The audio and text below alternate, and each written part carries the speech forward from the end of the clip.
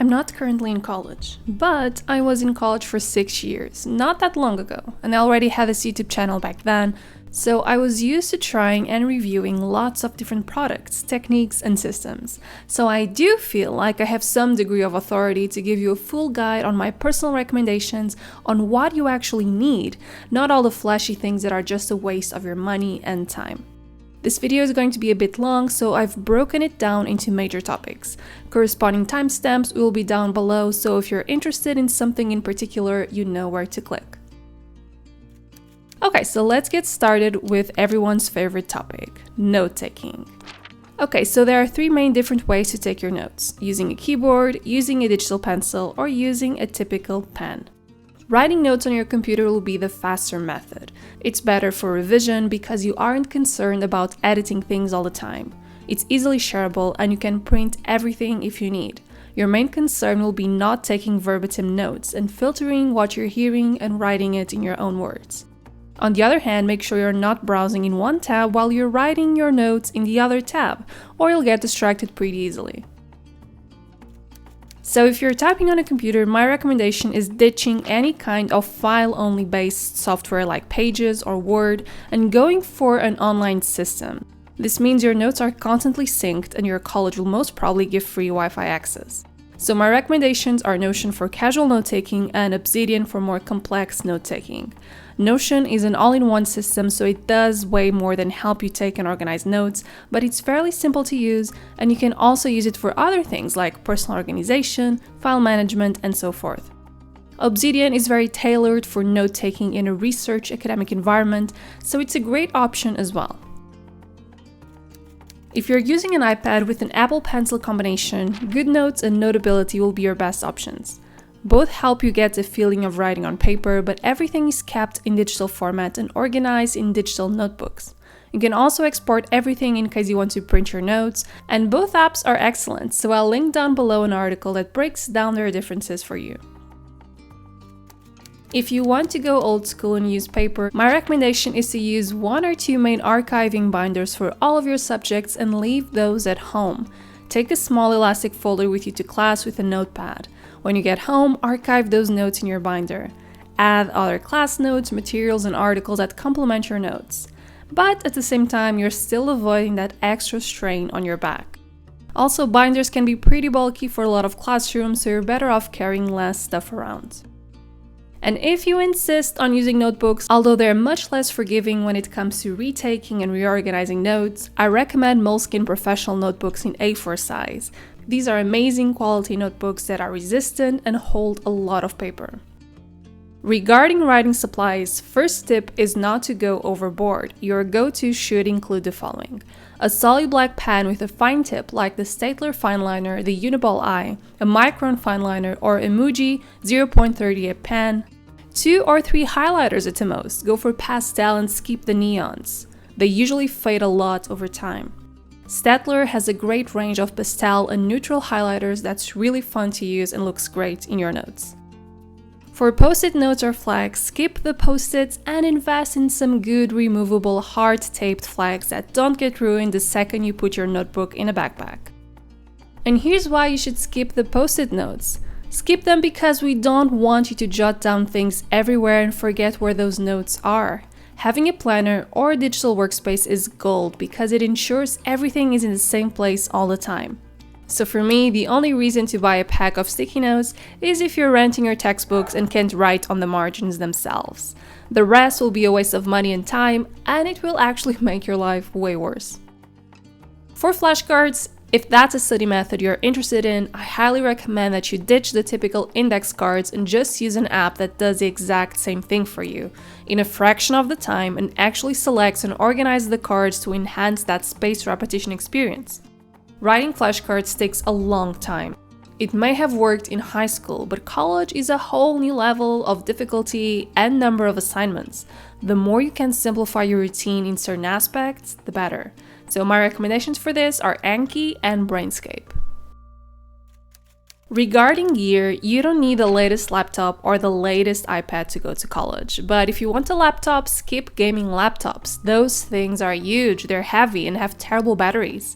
You want something on the lighter side that can have a full day of battery throughout your whole college years. So don't count on always having an outlet available because everyone in your classroom will be competing for that outlet.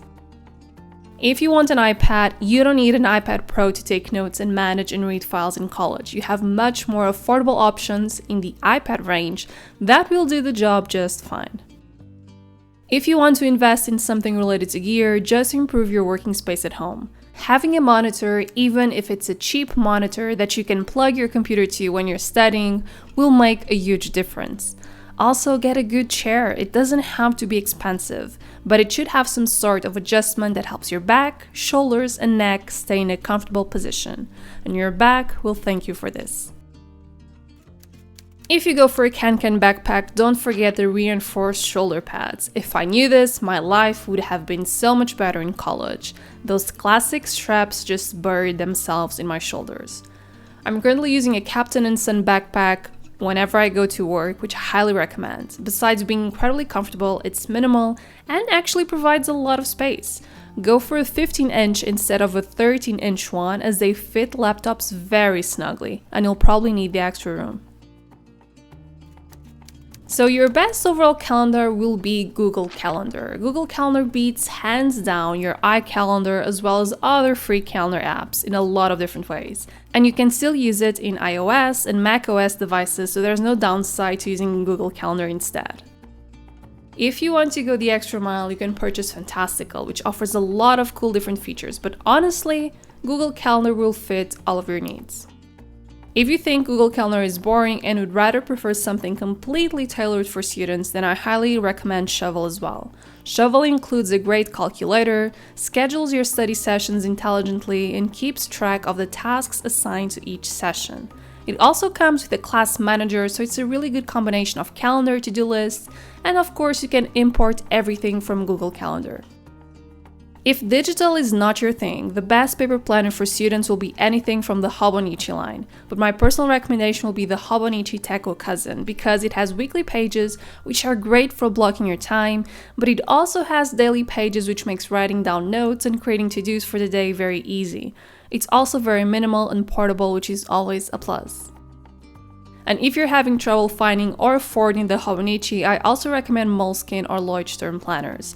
You can either get a classic daily planner which will give you a lot of room to plan and calendar block your day, or a Leuchtturm weekly vertical planner. Although I recommend you to incorporate to-dos in your calendar, so this would work both in a digital calendar or a paper planner, there are people who like to keep separate apps for that. So my recommendation for a thorough to-do app that can integrate with your calendar is Todoist. Todoist is very powerful, very easy to set up, and gives you several options to reorganize tasks and subtasks.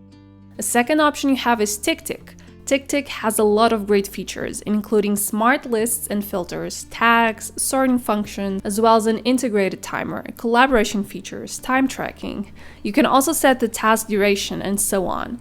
It doesn't integrate well with other calendars though, but it is a good standalone app and I urge you to give it a try.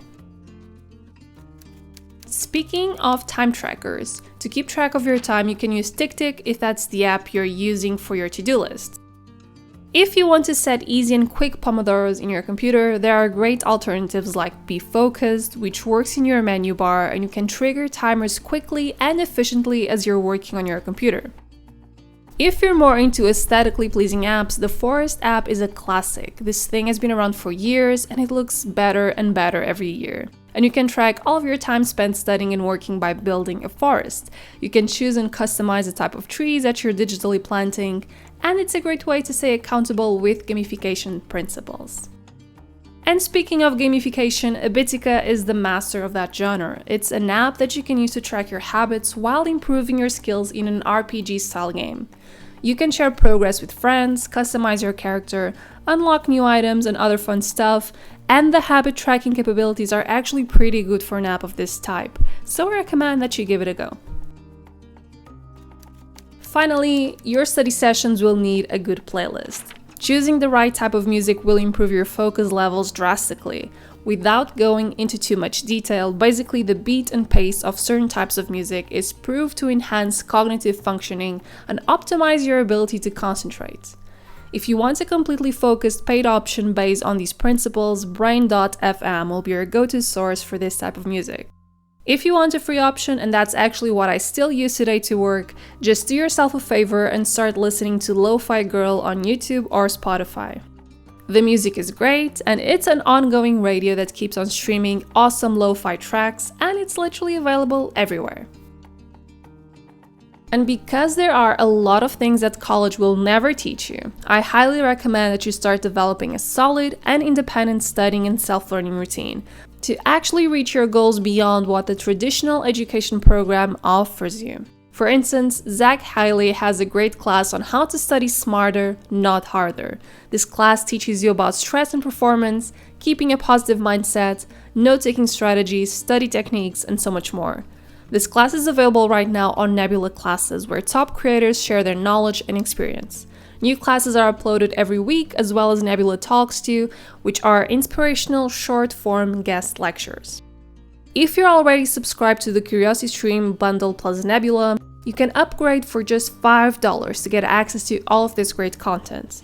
And of course that your Nebula Classes subscription will also include all Nebula content. We already have more than 10,000 videos over there, and all of my videos are uploaded over there too, ad-free and sponsor-free, as well as exclusives you can't find on YouTube, like my Morning Routine 101 video, where I cover everything about building a strong morning routine, or my latest video in which I answer the most important questions in a productivity area.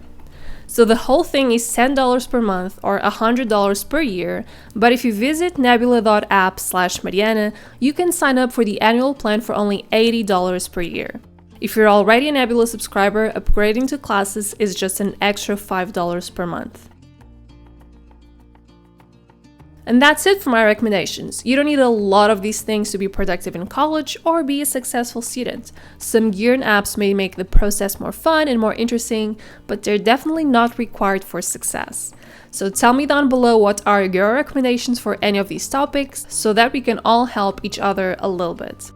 You can click the button that's on the screen right now to subscribe to Nebula Classes. I hope you've enjoyed this video, and I'll see you next week. Bye guys!